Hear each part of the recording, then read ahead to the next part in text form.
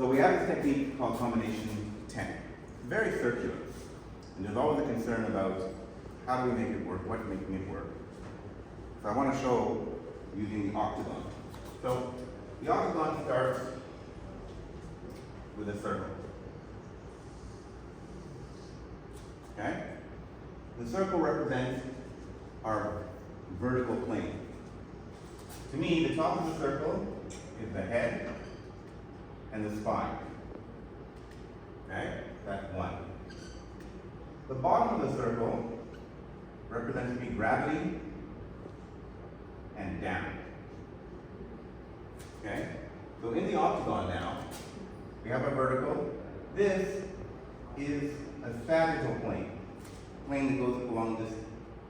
This is our horizontal plane. This is another sagittal plane, and this is another sagittal plane going on the diagonal. So these are our angles: 1, 2, 3, 4, 5, 6, 7, and 8. They're not straight lines. This is our octagon, right? You can look at it as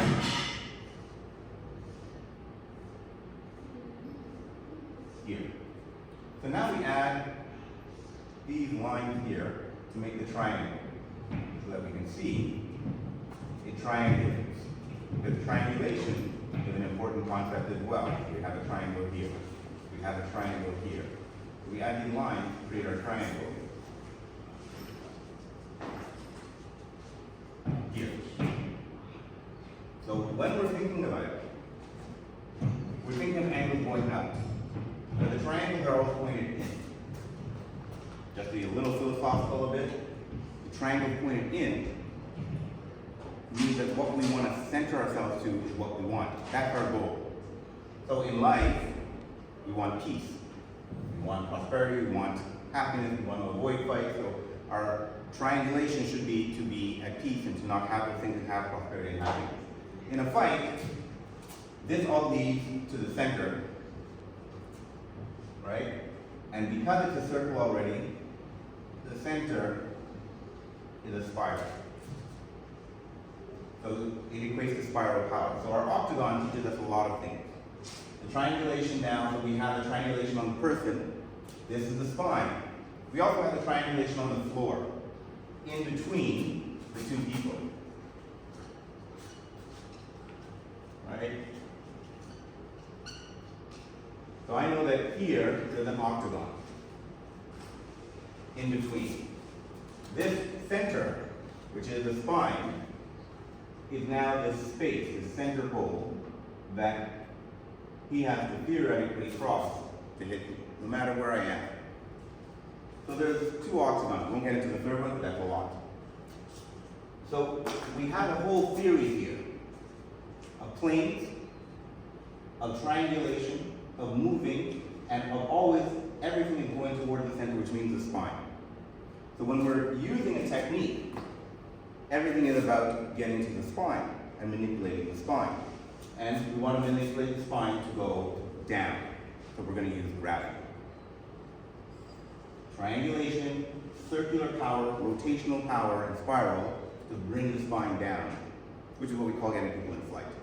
So in our technique, combination 10, we show it in an ideal phase.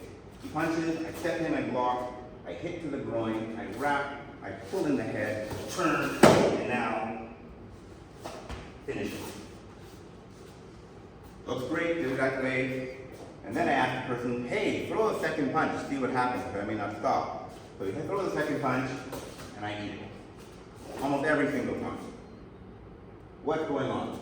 What's going on is that when he first punches, this shot doesn't stop the rotation of that shot. It does nothing to his spine. And I'm taking on his mass. So, when I now come in and I shoot here, this hand stops the rotation punch, can't punch, as I wrap.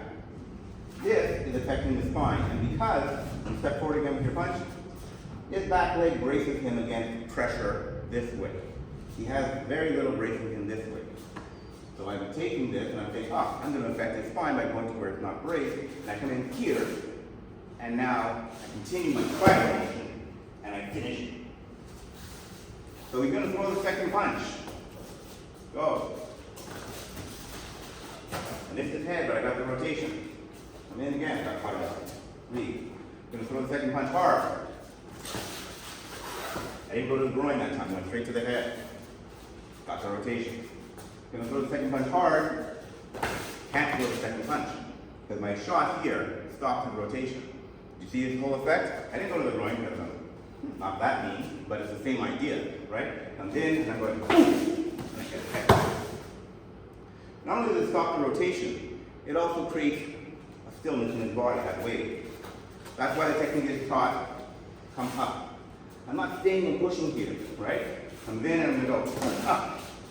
And then I have that control. That control happens here. So, all of this comes into play to make this technique work and to make it safe for you. This is how we can use the octagon and this knowledge to make sure that our techniques are sound, as well as then having the attacker throw the second punch. Right? So, as he's coming in, go slow and stepping in, driving in here, touching that shoulder, it bounces off, his rotation can't happen, and then because it bounces off, I hit and I turn, I capture the king. Capture his spine and I bring it to my center, because my spine has the control, and then I have it.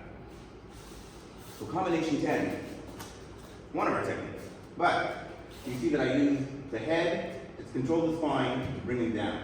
I use an angle in my triangulation to mess up his motion and momentum and his ability to rotate, because I'm being able to rotate and give me all the power. If I stop his rotation, he doesn't have any power. So this octagon gives you a map and a clear idea. I mean, I was teaching these things before, but I didn't have the same language. But with the octagon, you begin to see where your techniques work, how they work, do they make sense? How can I make them make sense? What do I need to do? Where am I going wrong? So you need to triangulate to the center of him, which is the spine. I don't want all of him. If I can manipulate his spine, then I can use gravity to take him down. And if he's going down, he's in flight, he can't fight. So this is teaching us. And if you notice, I hit a couple of angles. He comes in, right? I step in, angle 5, turn, he's got angle 2, I bring him all the way to angle 2, which is down, just worked out nicely that it's down to finish. So by adding the angles, moving twice, we're getting greater control to manipulate the attacker.